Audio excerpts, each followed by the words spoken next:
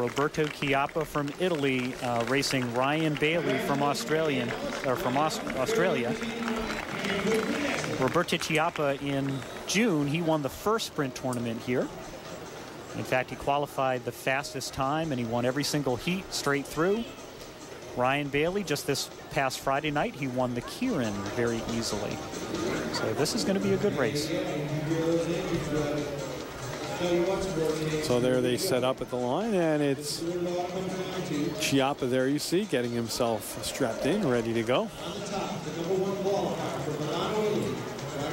And we're going to throw it down to Kristen with some more rider thoughts. Thanks, Jim. I actually just talked to Ryan Bailey's coach. He said Bailey's excited to race Chiappa individually. There's a lot of attention focused on Roberto Chiappa, and he said for good reason. In fact, the entire Australian team was excited when they found out that Roberto was going to be here for 2 weeks competing at the Velodrome, and they were looking forward to racing him.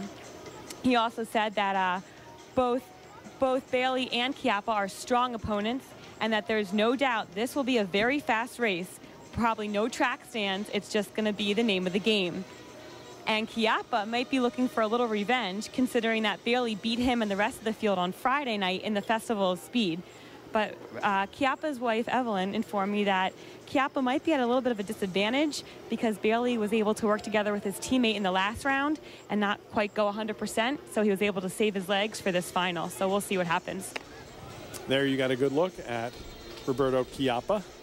And how about that? Still thinking about that race that got away from him Friday. We talk about motivation. He's got a little tonight here against the Australian team. In that Kieran, the Australians had 3 riders in that Kieran, and they were kind of working in combine there. They were working together as teammates, and I think Roberto Chiappa wants a little revenge tonight. It's 1 against 1 tonight. There's no team strategy here. It's just one man against another. And that is Chiappa's wife holding him up, getting him started on the track. And I'm not sure, Jim, but I think she whispered to him, "You must win. We must pay the rent." So there he is. He's up top. And Chiappa, I think these guys, when they get to that line, that's going to be all over. I think it'll just be a sprint from there. Jim, there's a very good chance that these 2 riders that you see racing right now will race each other in the Olympic Games. That is a definite possibility. So there you have it, folks. Right here on 2 Sports, exclusive 2 Sports, you're seeing Olympians ahead of the game this summer, not next summer.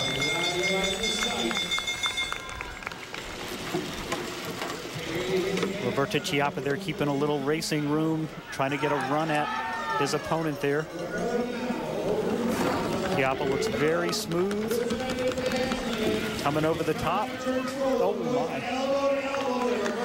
Wow, it almost bumped there, I thought. Ryan Bailey actually came off of the track there a little bit, ended up on the apron, kind of ruined his momentum a little bit. And now, is there ever a point where you could be disqualified? But we'll take a look. We got the finish coming for you right here. And here they are coming out of the 4th turn. And Ryan Bailey there does hit the apron a little bit. Now, do you think that affected the finish?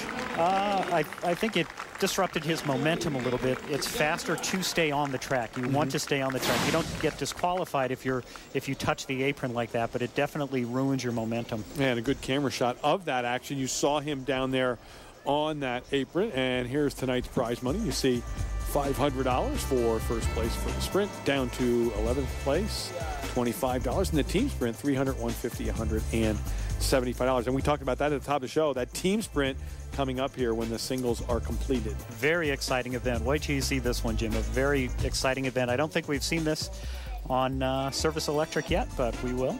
And there's the elite women there. Dollars from $200 down to $15, first through 8th. You can see that in the junior men's sprint, they go from $100 down to $15. So again, we want to remind the viewers here, these are professional riders out there. We say hello to our regular viewers and our new folks coming on. And we're going to go to break right now, but we'll be back to Trexlertown with more cycling.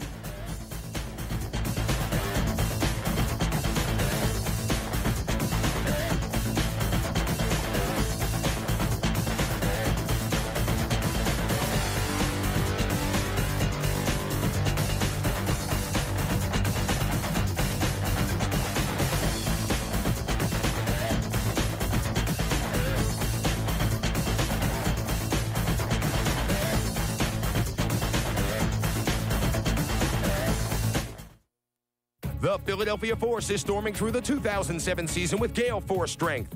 Feel the force of women's professional fast-pitch softball. It's nonstop action and excitement. See the Force take on the New England Riptide in a 4-game set from Thursday, August 16th through Sunday the 19th. It's our season finale, so get your tickets now before they're all gone. Thursday through Saturday, game time is 7:05 p.m. Sunday is 1:05 p.m. So come on down because you can't resist the Force. Call 800-919-6272 or visit PhiladelphiaForce.com. Do you have a high-def TV set? Then you need an HD converter to receive all the best in high-def programming. Service Electric offers the largest selection of high-definition channels in the Lehigh Valley, 26 in all. Rent an HD converter for just $9.95 per month and receive 13 high-def channels for free. Or upgrade your HD package to $17.95 per month and receive 26 high-def channels. You need to call Service Electric Cable TV to get the most out of your HD set.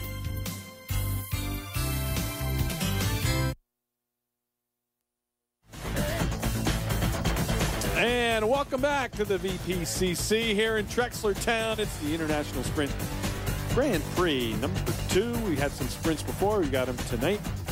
Jason Graber, Jim Krupka, and there's our bell ringer, Mr. Schley. Lets everybody know when it's that last lap. Jim, Hubert Schley has missed one Friday night of racing in like 30 years here at the Velodrome. And we'll excuse him. This bell, I think the bell has his name on it. I think he gets to take that home when he's retired. And I don't think he's going to let guest bell ringers in. I think don't they do that in the New York Stock Exchange? They bring in a guest or somebody gets to close the market on some days. He doesn't let anybody near that bell. It's guarded as well as the Liberty Bell down there in Philadelphia. But anyway, we are set up here for 3rd and 4th place. This is William Lampy and Linnell Rockmore. Rockmore took the first one, looking to end this in 2. Linnell Rockmore again staying at the front of this. He must stay at the front of this for the first half lap.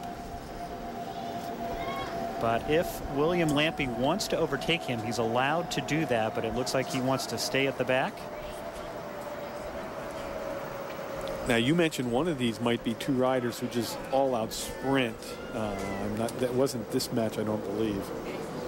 It's a possibility when they fire the gun to start the race, and here we have our first.